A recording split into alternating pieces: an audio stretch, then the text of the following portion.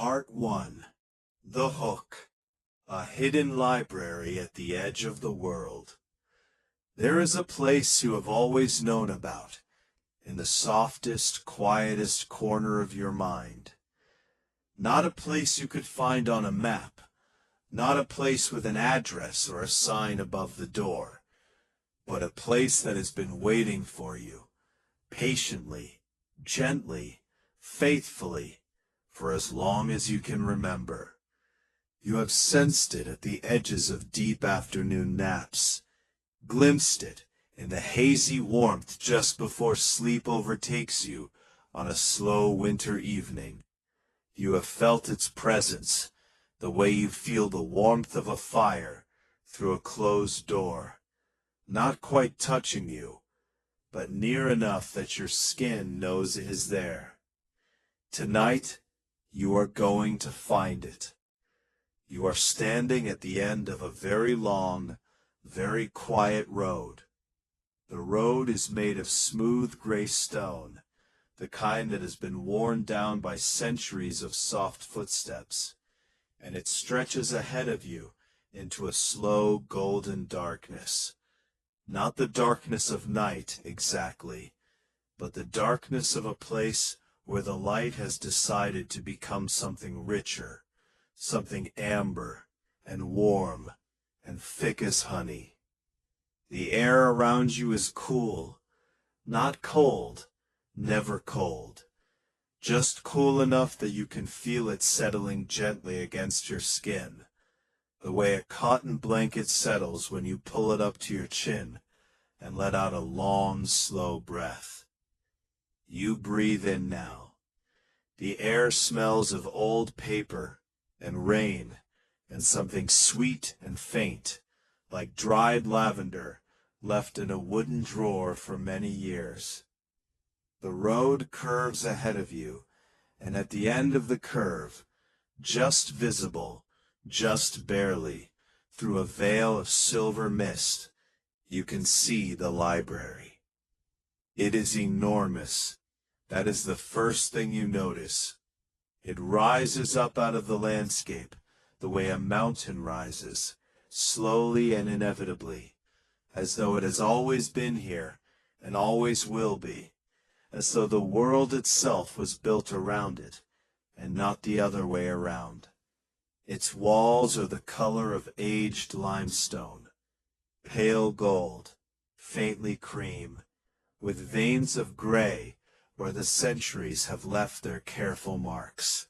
Towers rise from its corners, round and topped with domed roofs the color of old copper, that particular shade of green-blue that copper turns after years of rain, a color that is somehow both ancient and impossibly peaceful. Ivy climbs the walls in slow, patient curtains, dark green and glossy, trembling very faintly in a breeze so soft you can barely feel it, but can just barely see. The windows glow. Every window, and there are dozens of them, tall arched windows framed in carved stone, small round porthole windows tucked into unexpected corners, long narrow windows that run from the floor of one level to the ceiling of the next.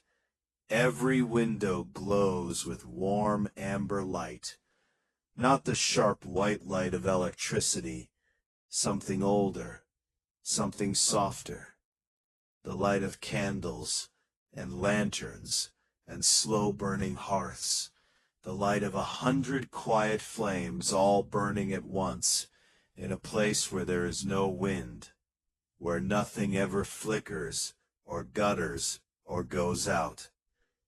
You begin to walk toward it. Your feet move slowly on the smooth stone road, and with every step you feel something in your chest loosen, just slightly. A tightness you didn't know was there. The particular tightness that comes from the accumulation of days, of conversations and decisions and movements and noise, begins very gently to release, as though your body already knows where you are going, as though some deep, wordless part of you recognizes this place the way you recognize a beloved melody after years of not hearing it, not with your mind, but with something older, something located somewhere between your ribs and your belly, somewhere warm. The mist thickens slightly as you approach, and for a moment the library is half hidden in its soft silver folds, visible only as warm, glowing windows floating in the gray. Then the mist parts, slowly, unhurriedly, the way curtains part when a gentle hand draws them aside, and you are standing before the great wooden door. The door is extraordinary. It is made of dark wood, walnut perhaps, or something older and unnamed, and it is covered in carvings, not sharp, harsh carvings, but gentle ones, worn smooth by generations of passing hands. You can see leaves and branches, spiraling vines, the suggestion of animals resting in the undergrowth.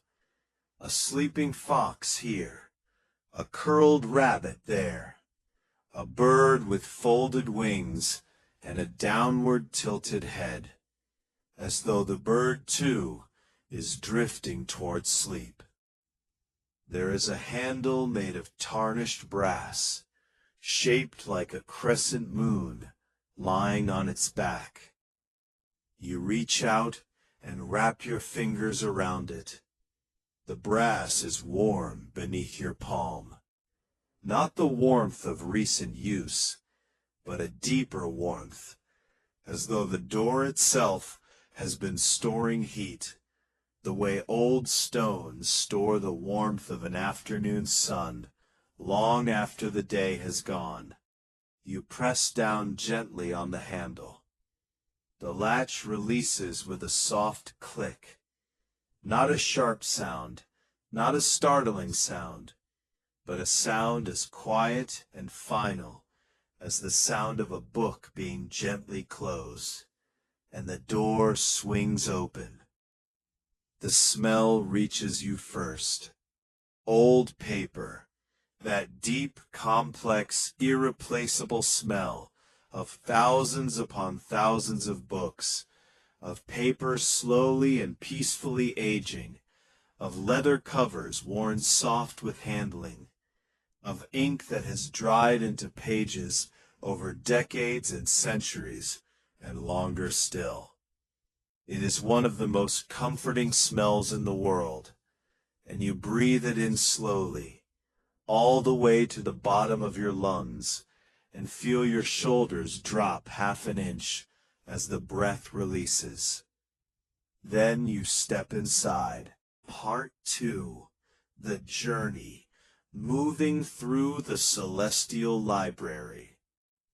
The entrance hall is vast and circular, and the ceiling is so high above you that it disappears into a soft amber haze. The floor beneath your feet is made of smooth, dark wood, warm-toned, and gleaming very faintly in the candlelight. And every footstep you take produces a sound so hushed and muffled by the sheer volume of the space around you that it seems to be swallowed up immediately, absorbed into the gentle quiet the way a drop of water is absorbed into deep, still earth. Around the walls of the circular hall, bookshelves rise from floor to ceiling. They are made of the same dark walnut as the door, and they are full, every shelf on every level packed with books of every size and color and age. There are books with spines of deep burgundy and dark forest green and faded navy blue, their gold-lettered titles worn to a soft glimmer. There are books bound in worn brown leather with no title at all, their covers smooth and anonymous, and somehow deeply appealing for that very reason. There are books stacked horizontally in places where there was no more room to stand them upright, small paperbacks and thick hardcovers, and long narrow volumes and small square ones, all of them patient, all of them waiting. In the very center of the circular hall, there is a fireplace. It is large, large enough that you could stand inside it if you wished, though you don't, because the fire itself is burning with a low, steady, beautiful warmth, and the fire burning in it is the most perfect fire you have ever seen. Not a roaring fire, not a crackling, spitting, energetic fire, but a deep, settled, comfortable fire. The kind of fire that has been burning for a very long time and intends to keep burning for a very long time to come. The flames are long and low and move in slow hypnotic rhythms, shifting between deep amber and gold and the palest translucent orange, almost white at the very center where the heat is most concentrated. The wood in the grate is old and dense and burns without popping or hissing, simply glowing and consuming itself in a slow, dignified silence. There are armchairs around the fireplace, deep, wide, overstuffed armchairs, upholstered in velvet the color of midnight blue, their cushions worn into perfect shapes by years of use, their armrests padded and soft and broad enough to rest both arms upon. You notice that each armchair has a small table beside it, and on each table there is a single candle in a low glass holder, burning steadily, and a cup. Some of the cups are steaming. You can see the faint curl of steam rising in the warm air, and as you walk closer, you catch the smell of chamomile and warm milk, and something faintly floral, like rose or elderflower, drifting in the still air. You settle into one of the armchairs. The velvet cushion gives softly beneath you, reshaping itself gently around your body, as though it was made specifically for the precise weight and shape of you. The armrests are exactly the right height. The angle of the back is exactly the right angle. You feel your spine settle, each vertebra finding its place without effort, without adjustment, simply settling into an arrangement that asks nothing of your muscles, that requires no holding or bracing or maintaining. Your hands rest on the armrests. Your feet are flat on the warm wooden floor, and through the soles of your feet you can feel the warmth radiating up from the wood, which has been heated slowly by years of firelight into something that feels almost alive. You pick up the cup from the small table beside you. It is warm in both hands, the warmth spreading up through your palms and into your wrists, and slowly climbing your forearms in a gentle wave. The tea inside is pale gold, and when you bring it to your lips and take the smallest sip, it tastes of chamomile and honey and something that you have no name for. Something that tastes like warmth itself, like the specific warmth of a childhood afternoon, like sunlight through a closed window on a winter day, like the warmth of being known. You set the cup back down, and you look up. The ceiling, when you look up, You see that the ceiling of the circular hall is not solid. Enormous panels of old glass, slightly uneven, slightly wavy, held in place by frames of dark iron. And through the glass you can see the sky. But it is not any sky you have seen before. It is the sky of this place, the sky of the celestial library, and it is extraordinary. The stars are extraordinarily clear, not scattered the way they are in even the darkest earthly sky, but densely packed, clustered in rivers and clouds and slow spiraling arms, white and gold and faintly blue, the Milky Way laid out in such detail that you can see depth in it, layer upon layer of light receding into an infinite distance that your eyes follow further and further back without ever finding an end. And between the stars, the darkness is not empty. It is full of a very faint, very soft luminescence, a deep blue-purple light, the light of nebulae and distant galaxies, the light of things so far away that by the time it reaches you, it has traveled for longer than you can hold in your mind. You breathe out slowly, watching the stars through the old glass ceiling, and feel something in you release that has needed releasing for a very long time. After a while, how long you cannot tell, because time in this library does not move the way it moves outside. You decide to explore.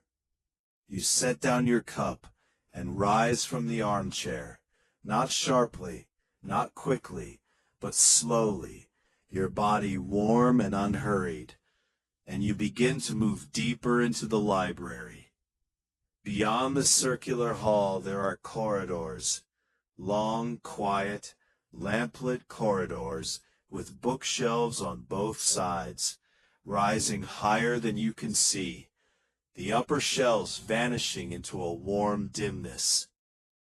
The lamps along the corridors are old oil lamps mounted on the shelves at intervals, and they cast pools of honey-colored light that overlap each other in a continuous, even warmth.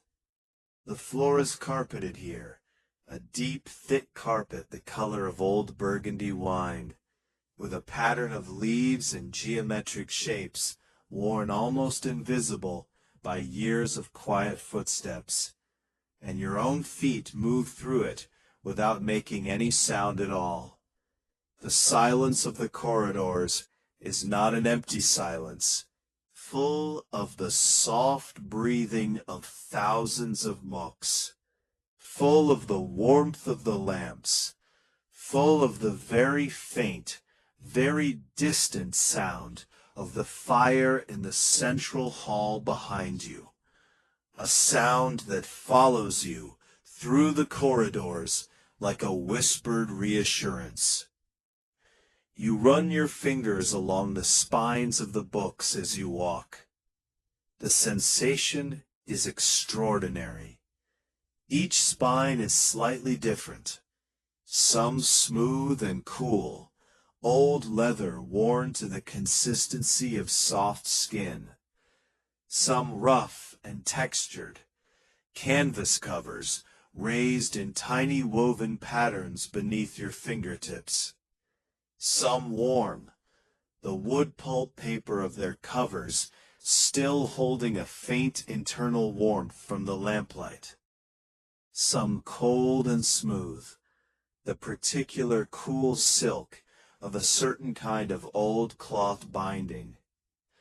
Your fingers move slowly along the row, reading the books not with your eyes, but with the sensitive pads of your fingertips, feeling the raised letters of titles, the indentations of decorative borders, the occasional small imperfection, a nick in the spine, a slightly raised corner of a label that marks each book as a particular individual object with its own history, its own past of being picked up and held and read and returned.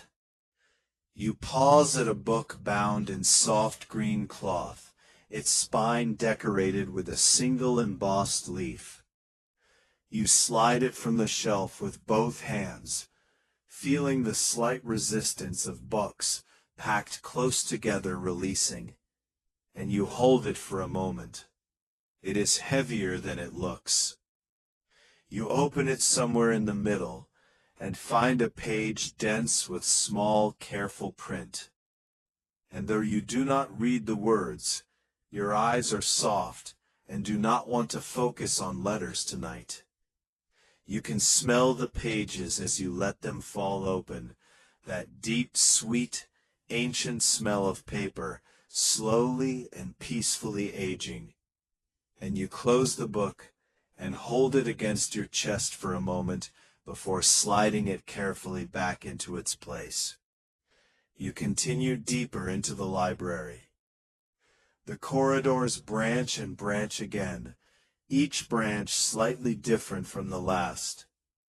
One corridor is lined with books so old that their spines have faded to a uniform gray-brown, all color and lettering gone, each one anonymous and mysterious. Another corridor holds books so new that their spines are still vivid. Bright blues and reds and greens and yellows, though even these feel quiet here, as though the library's particular atmosphere of ancient stillness has already begun to work on them. One corridor smells more strongly of wood than the others, pine or cedar perhaps, and the lamps here burn a slightly warmer orange, and the carpet is thicker, softer, your feet sinking into it a little with each step.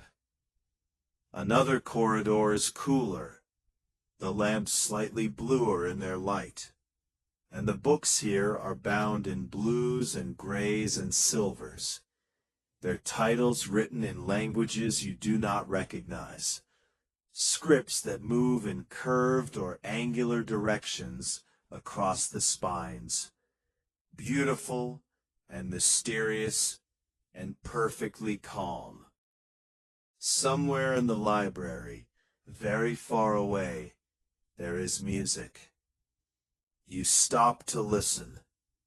It is so quiet that you cannot be immediately certain it is music at all. It might be the building settling, might be the wind in the ivy outside the windows. But no, there it is again, and it is music. A single instrument, something like a cello, but lower, slower, warmer. A melody so simple it is almost not a melody at all. Just a series of long, unhurried tones moving through the air one after another. Each tone perfectly placed, each tone allowed to fully finish before the next begins. The music does not go anywhere. It does not build or climax or resolve in the way music usually does. It simply continues, steady and breathing, a sound as patient and regular as a heartbeat. You follow the music. It takes you through several more corridors, then through a low doorway hung with a curtain of deep blue velvet that you part with one hand as you duck slightly through. The velvet is extraordinarily soft, the softest thing you have touched yet tonight, softer than the armchair, softer than the carpet, so soft that your hand wants to remain pressed against it for a long moment. And through the curtain you find yourself in a room. The room is large and circular, like the entrance hall, but smaller. And instead of books, its walls are lined with windows. Tall arched windows that look out into the garden. You can see the garden clearly through the glass. It is lit by the same soft amber light as the interior of the library, as though the light here comes not from a source above, but from the earth itself, rising gently and evenly from the ground. And the garden is extraordinary.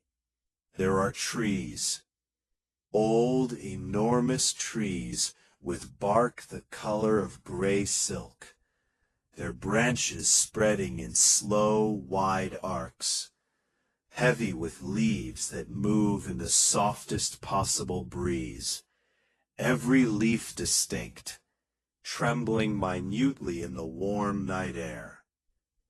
Beneath the trees, there are low hedges clipped into gentle, rounded shapes, not sharp or precise, but soft, organic, like the shapes of sleeping animals. And between the hedges there are paths of pale stone, and along the paths there are lanterns on low iron poles, their flames burning steadily, casting small circles of warm light on the pale stone. The music is coming from a figure in the garden. You can see them through the window. A person seated on a low stone bench beneath one of the great trees, bent over their instrument, playing. You cannot see their face. You cannot see anything of them clearly, except the movement of their bow, slow and even and unhurried, drawing those long, warm tones from the instrument with infinite patience. They do not look up. They do not know or do not mind that you are watching. They simply play. In the center of the circular room there is a wide, low bed. Not a bed that looks made for sleeping in, exactly. It has no headboard or frame, but a deep platform covered in layers of soft fabric. A thick cotton mattress, blankets in muted shades of blue and gray and cream, folded and layered so that the bed seems almost to undulate gently, like something alive and breathing, like something that wants nothing more than to receive you. There are pillows, many pillows, of different sizes, arranged in a gentle pile at one end. The pillows are encased in smooth cotton that is cool to the touch, noticeably cool in contrast to the warmth of the room, the particular cool of cloth that has been slept on and aired and laundered and aired again, a cool that is somehow not cold, that promises to warm quickly once you lay your cheek against it. At the foot of the bed, folded neatly, there is a blanket made of something extraordinarily soft. You reach down and touch it before you even think about doing so, your hand moving toward it the way a hand moves toward firelight, drawn by some instinct deeper than thought. The blanket is, you search for the word, and the word that comes is yielding. It yields beneath your touch, giving gently against your fingers, impossibly light for its evident warmth, as though it is made of something between fabric and air. You sit down on the edge of the bed. The mattress gives just slightly beneath you, firm enough to support, soft enough to welcome. You sit for a moment, listening to the music from the garden, watching the slow movement of the great trees through the window, the slow trembling of their leaves in the invisible breeze. The fire in the entrance hall is a distant warmth at your back, barely perceptible, present the way a kind thought is present, not demanding your attention, simply there, a background warmth. Part 3. The descent into deep, warm, absolute sleep. You lie down, and the bed receives you. There is no other word for it. The bed receives you.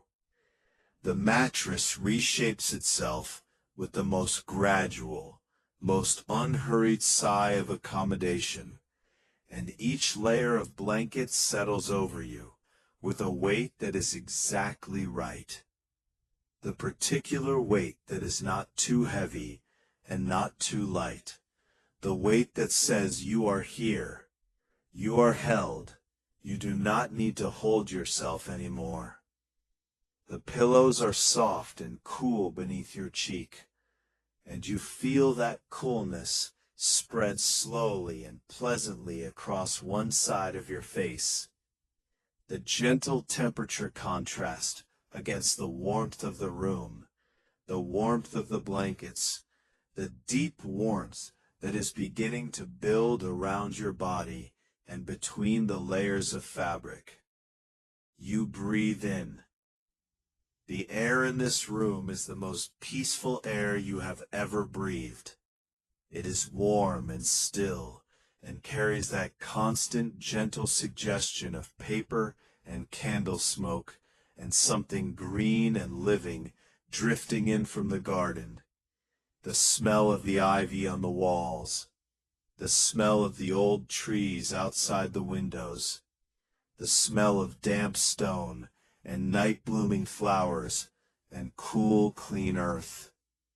You draw this air in slowly, all the way down, feeling your lungs expand fully, feeling your rib cage widen, feeling the spaces between your ribs open up like the pages of a book, and then you let it go. The letting go takes a long time, not because it is effortful, but because it is such a relief.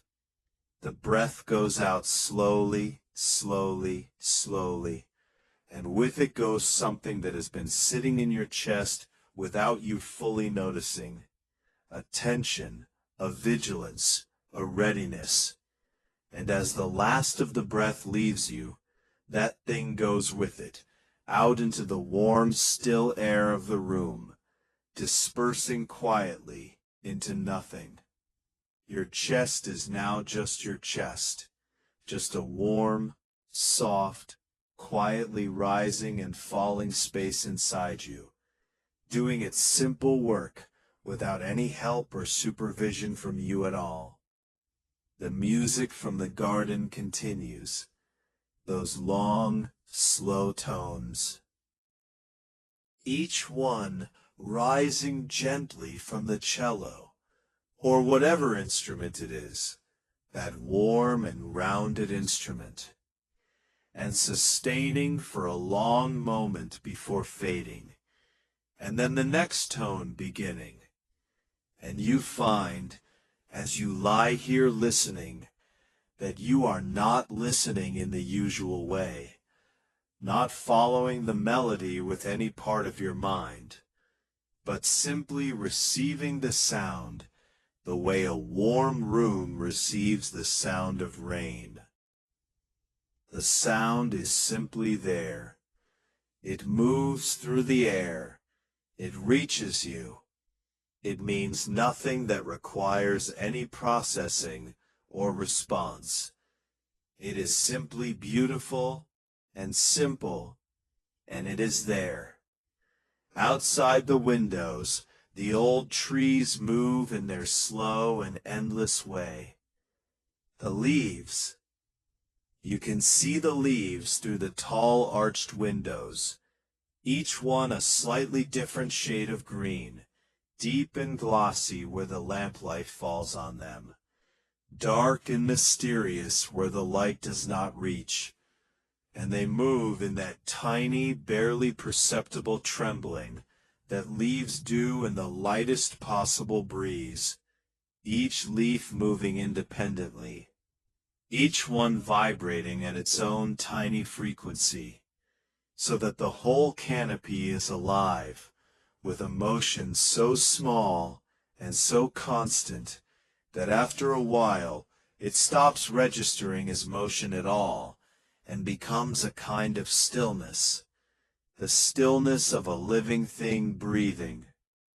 You watch the leaves without meaning to.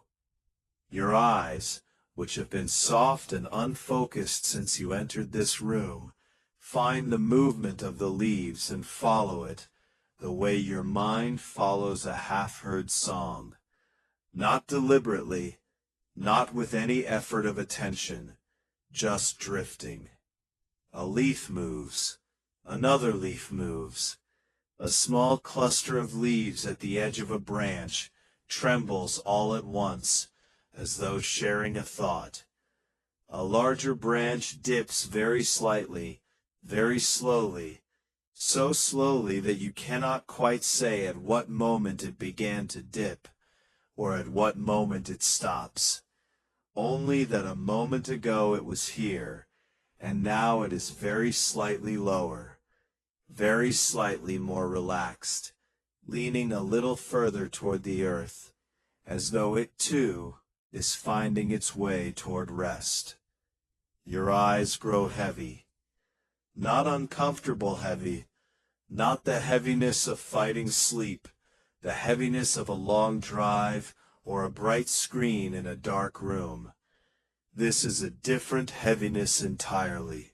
This is the heaviness of your eyelids as they decide, slowly and without hurry, that they would rather be closed. That the world behind your eyelids, which is the same warm amber darkness you have been breathing and feeling and moving through all evening, just more personal, just warmer, just more entirely yours, is where they would rather be. You let them close. Behind your eyelids the light is amber and rose. The warmth of the room passes through your closed eyes and rests on them. You can feel the warmth on your eyelids, a gentle pressure, like two small warm hands placed with great care over your eyes. The sensation is extraordinarily comforting. Your eyes, beneath their closed lids, stop trying to move. They simply rest. The muscles around them, the tiny muscles at the corners of your eyes, the muscles in your brow, the muscles along the line of your cheekbones, release in a slow, quiet cascade, one after another, letting go, becoming soft, becoming still. Your forehead is smooth. Notice it.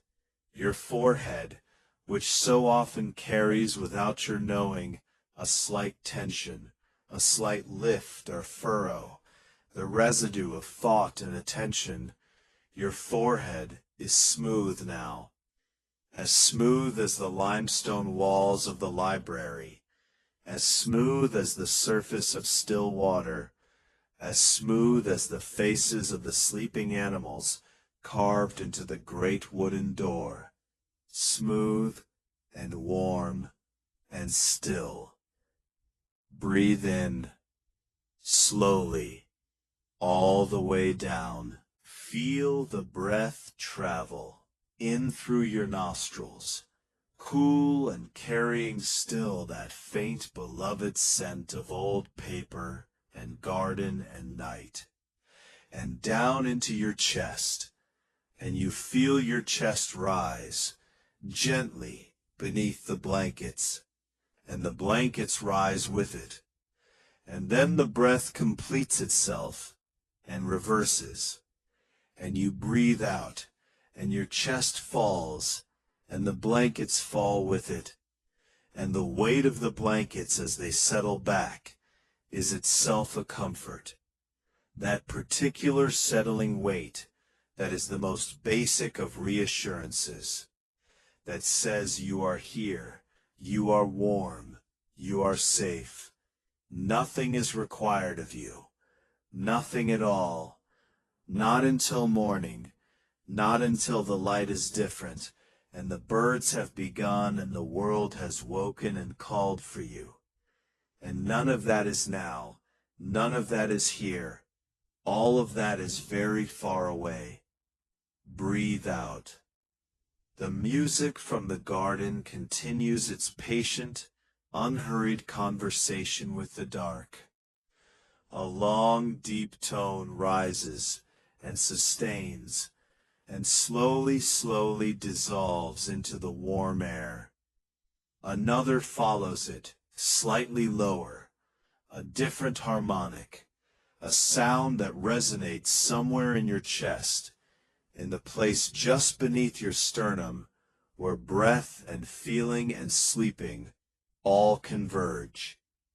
The sound passes through the glass of the tall arched windows and into the room and into you with the same ease with which warmth passes through cloth, thoroughly, evenly, leaving no trace of itself except a deep and wordless sense of something being settled. Your hands are warm.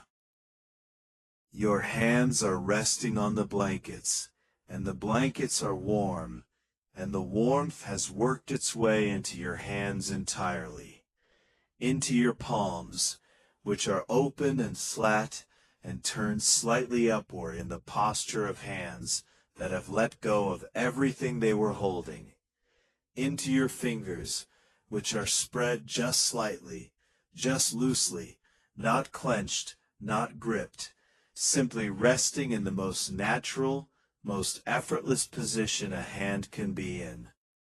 Open, released, at ease. You can feel the weight of your own hands, the simple, honest weight of them. Not heavy, just here. Your arms are long and warm, and still along the sides of your body. Your shoulders have descended, slowly, over the last long minutes. From wherever it is shoulders carry themselves through the day. Up near your ears, forward over your chest, braced for whatever requires bracing, and have settled back and down into the mattress, into the soft, layered warmth of the bed, finding their own level without any instruction from you, the way water finds its level, the way warm air finds the ceiling of a room and spreads there, gently, evenly, taking up all the space available to it and settling in. Your neck is long and soft. The pillow beneath your head has received the full weight of your head, and that weight, the weight of your thoughts, the weight of your worries, the weight of your name and your history, and everything you know and remember and anticipate, all of it resting in the pillow, absorbed by the pillow, held by the pillow, with perfect patience and without judgment. Your neck is not holding your head. Your neck is simply there, a warm column of muscle and bone, and the life that moves through it, doing its quiet work without effort, without strain. You can feel your pulse in your throat, slow and steady and unhurried, the most fundamental rhythm of your life, the rhythm that has been there since before you were born, and will be there in your sleep, and will be there when you wake, patient and constant, and requiring nothing from you at all. Feel your pulse, slow, even, reliable, in, out, in, out. The warmth of the bed is spreading upward now, from beneath the blankets, from around your body, from the deep accumulated warmth of your own body heat, returned to you by the fabric, spreading up through your chest and into your throat and into your jaw, which is soft and slightly open, your teeth not touching, your tongue resting in the floor of your mouth without pressing against anything, your jaw heavy and warm and released. The muscles of your face, those dozens of tiny muscles that spend the day forming expressions, responding to the world, signaling and communicating and reacting, all of them have quieted. Your cheeks are soft, your lips are slightly parted. The air moves in and out through your slightly parted lips, slow and warm, each breath replacing itself with perfect regularity. The music from the garden is a little further away now, or perhaps not further.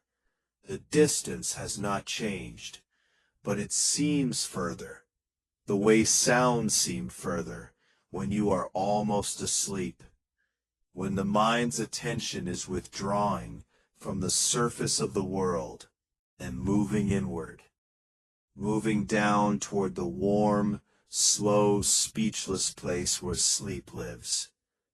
The cello, that warm, low, patient instrument, plays on, and you are aware of it the way you are aware of rain on a window, the way you are aware of the breathing of another person in the room, not as something to attend to, but as something that confirms you are not alone, that the world is still quietly alive around you while you rest, that everything is continuing, gently, as it should, without your participation, without your supervision, perfectly, quietly, well.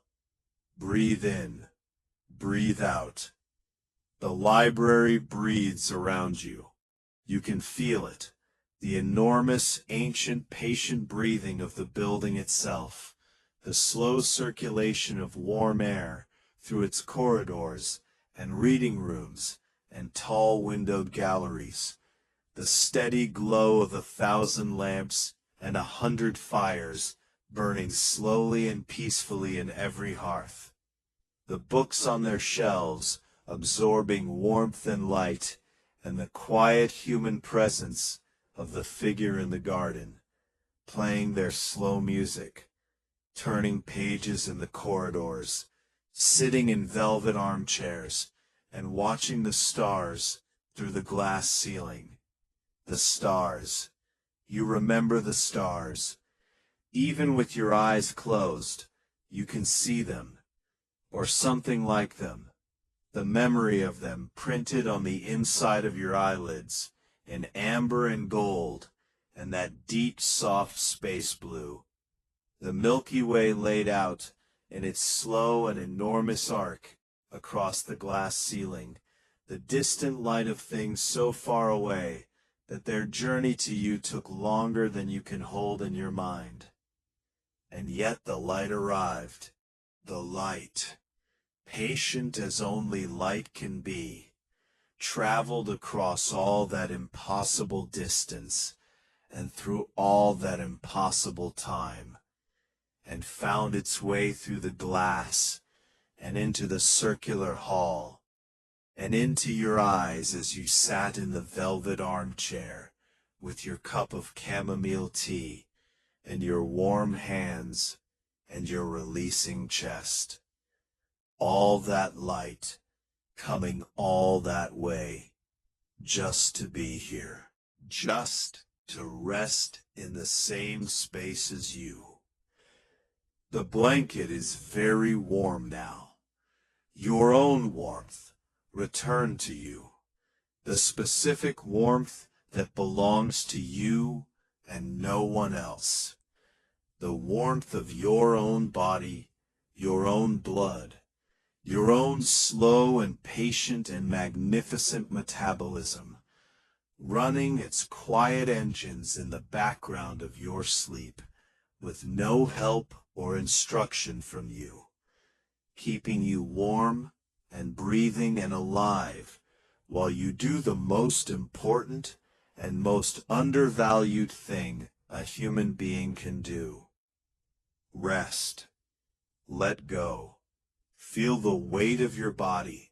Feel it entirely, not as a burden, not as something to manage or monitor, but simply as weight, as the pleasant, permanent, grounding weight of a body that has carried you through everything, every day, without a single moment of rest from its work, its beating and breathing and processing and feeling, doing all of it without complaint, without asking anything of you, just doing it, just continuing, just being the warm and extraordinary machine of life and consciousness that it is. Your body deserves rest. Your body knows how to rest. It has been resting since before you were born. In the warm dark, before you were quite yourself, resting and growing, doing all of its becoming in a state of warmth and weightlessness and surrender. Rest is not something you need to learn. It is the oldest thing you know. It is the thing you knew before you knew anything else, before you knew your name or your language or your fears or your hopes, before you had any story to tell about yourself, before there was a self to tell stories about. Before all of that, there was this: warmth, darkness, the sound of distant heartbeats, the slow and absolute surrender of a body that knows it is safe. That safety is here. Right here, in this bed, in this room, in this library at the edge of the world. The door is closed. The fire in the hall is burning. The ivy is quiet on the ancient walls. The figure in the garden plays on, patient and unhurried, note following note following note, each one arriving and departing without any urgency, without any destination, simply being here for a moment in the warm, dark air, and then releasing itself gently into the greater quiet. Breathe in, long and slow and quiet. Feel your chest rise. Feel the space in your lungs, the full and open space of a complete breath, the most available and generous space inside your body. And breathe out.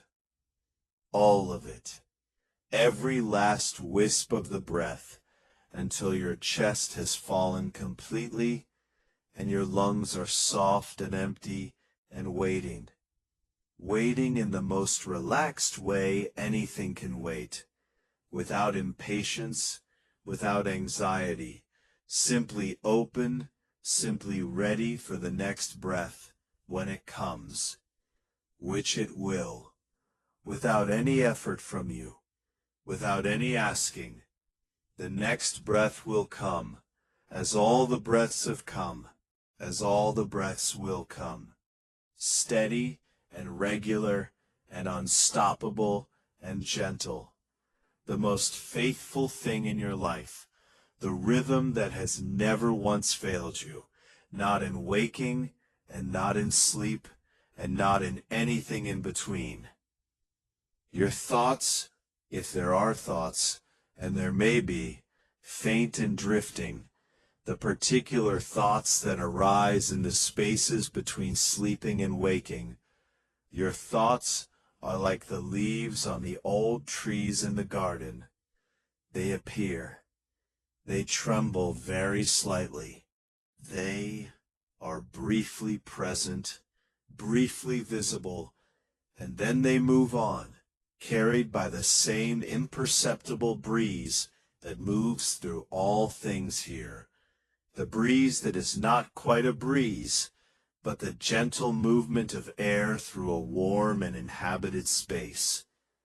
the circulation of warmth, seeking warmth.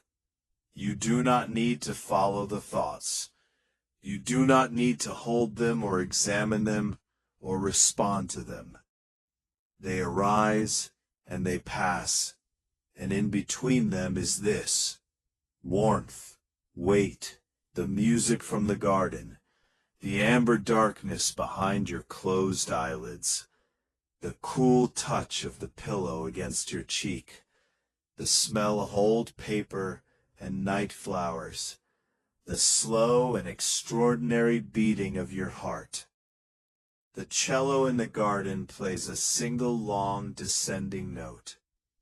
It begins somewhere at the top of what you can hear and moves downward, slowly, so slowly that you cannot perceive it moving, only notice that it is somehow lower now than it was, lower and warmer and more resonant, filling the room with a vibration you feel in your chest more than you hear with your ears.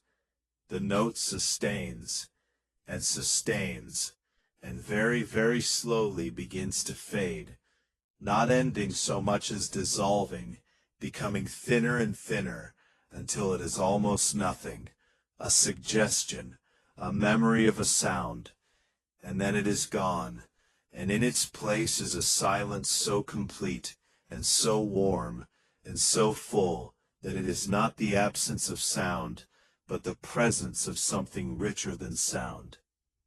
And then, a few heartbeats later, the next note begins, lower still, warmer still, closer to silence than the one before it. Your eyelids are so heavy, the most natural heaviness in the world, the heaviness of eyelids that are exactly where they should be, doing exactly what they were made for, not blocking the world, not shutting anything out, simply resting, simply becoming, for these hours of the night, the softest and most gentle of boundaries between the sleeping you and the warm and patient world that will be here exactly as you left it when you return to it in the morning. The morning is very far away. The morning is on the other side of a vast and comfortable darkness, a darkness you are just now beginning to move into, the way a boat moves from harbor into open water. Not quickly, not dramatically, but steadily, the familiar landmarks of the shoreline growing softer and less distinct behind you as you move further into the wide, warm, open dark. The library is all around you. Its walls are warm. Its floors are warm. Its 10,000 books are breathing quietly on their shelves. Every page of every story resting in the particular suspension of stories between tellings. Not quite asleep themselves, but waiting, held in the amber warmth of the lamps, patient as only stories can be patient, which is to say, absolutely, infinitely, timelessly patient, because stories know that the right reader will always arrive, at the right moment, in the right quality of light. You are the right reader. You arrived, and now you are here, in this room at the center of the library, and the blankets are warm around you, and the pillow is cool beneath your cheek, and the music from the garden is the quietest music you have ever heard, barely distinguishable now from the silence that surrounds it, a music that is becoming, note by note, more and more like breathing. Breathe. Feel the blankets rise. Feel the blankets fall. The amber darkness behind your eyelids is deepening now, not darkening. It is not becoming less warm, not becoming less safe, not becoming anything less than exactly what it is, but deepening, the way the color of the sea deepens the further you look down into it, the way the warmth of a fire deepens when you have been sitting beside it long enough. A deepening that is not a loss, but a gain, the gaining of something quieter, something stiller, something more profoundly restful than the surface warmth you feel on your skin. You are sinking. Slowly. Not falling, sinking. The way a stone sinks in still water. Not with urgency, but with a steady, patient, inevitable downward movement through layers of increasing warmth and quiet and softness, layer by layer, each layer more still than the last, each layer more warm, each layer a little further from the sound of the world, and a little closer to the deep center of the sleep that has been waiting for you all evening, all day, perhaps longer. The sleep that has been building in you, like warmth builds in a stone in the afternoon sun, accumulating slowly and invisibly until the stone is hot all the way through, until every part of it is the same deep, even, saturated warmth. You are that stone, warm all the way through. The music from the garden is very quiet now, so quiet that you are no longer sure whether you are hearing it or dreaming it. This is the boundary, and you are at it, and it does not matter which side of it you are on. The boundary between hearing and dreaming is the softest boundary in the world, the most welcoming, the most permeable, and you move through it without any sensation of crossing it, simply finding yourself, one breath and another breath later, in a place where the music and the warmth and the smell of old paper and the cool touch of the pillow and the weight of the blankets and the distant patient sound of the fire are no longer separate things that you are aware of, but a single continuous experience of safe and complete surrender. Your name is resting. Your history is resting. Your worries, which are real and which will still be there in the morning, available for your attention when you have the energy and clarity that sleep will restore to you. When you are once again fully yourself, resourced and rested and ready. Your worries are resting now in the library's infinite shelves, filed gently away in their proper places, requiring nothing from you tonight, nothing at all, available when you need them, patient until you do. Everything is taken care of. The library holds it all. Every book, every story, every thought and memory and dream and worry and hope. The library holds it all, carefully and without judgment, in its warm and ancient arms, and it will hold them while you sleep, and they will be there when you return, and you will return to them rested and warm and new. But that is later. That is after.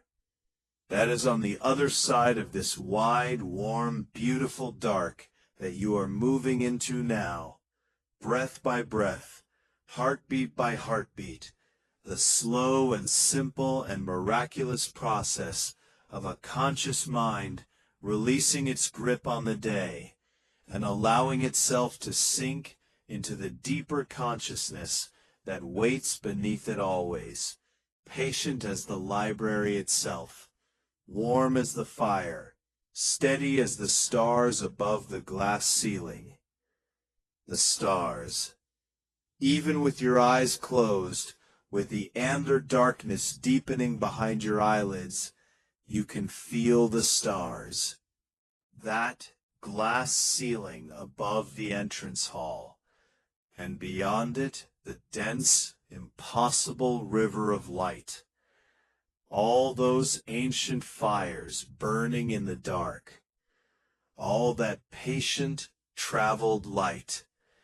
And you are beneath them, warm and still and small and precious, and exactly where you should be. Breathe. In, out. In, out. The music is a dream now. The warmth is a dream. The library is a dream. You are a dream. A warm, breathing, settling dream, moving steadily and gently and without resistance into the deep country of sleep, the country without maps or language or time, the country that is simply warmth and darkness and the most fundamental quiet, the quiet that exists before thought, beneath thought, entirely beyond the reach of thought, the quiet that is the ground of everything, the sea beneath all surfaces, the warmth beneath all warmth. Go there now. Let your body be heavy and warm. Let your breath be slow and even and not yours to manage. Let the thoughts, if they come, be leaves, appearing, trembling, departing. Let the sounds, the music, the fire, the ivy, the breathing of the library, be the sounds of the world continuing beautifully without your supervision. Let your eyes rest. Let your hands rest. Let your face rest. Let your chest rest.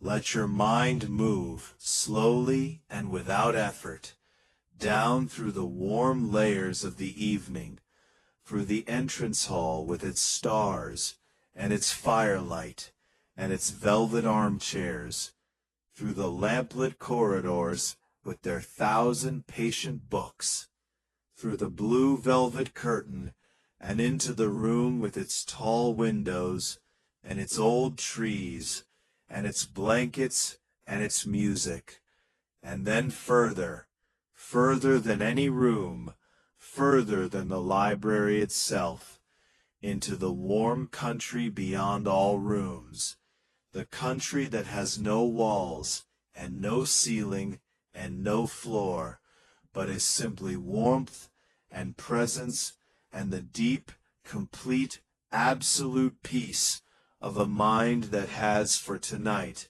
finished its work and put it down and walked away from it and will not pick it up again until morning. Morning is a long time from now. Sleep is here. Sleep is now. Sleep is the warmth beneath the blankets. Sleep is the amber behind your eyelids. Sleep is the next breath, and the one after, and the one after that, each one slower, each one quieter, each one a little more surrendered than the last. Sleep is the low cello tone dissolving into silence in the garden. Sleep is the library, breathing.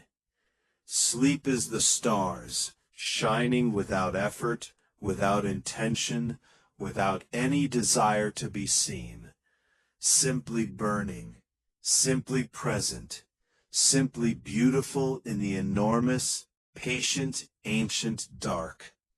And you are there. You are there. You are warm. You are safe. You are held. Sleep now. Sleep now.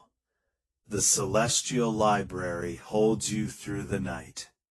The fire burns low and steady, in the great hearth. The figure in the garden plays on, note following note following note, each one a little more like silence than the last, until the music and the silence are the same thing, and the warmth and the dark are the same thing, and sleeping and dreaming are the same thing, and you and the night are the same thing.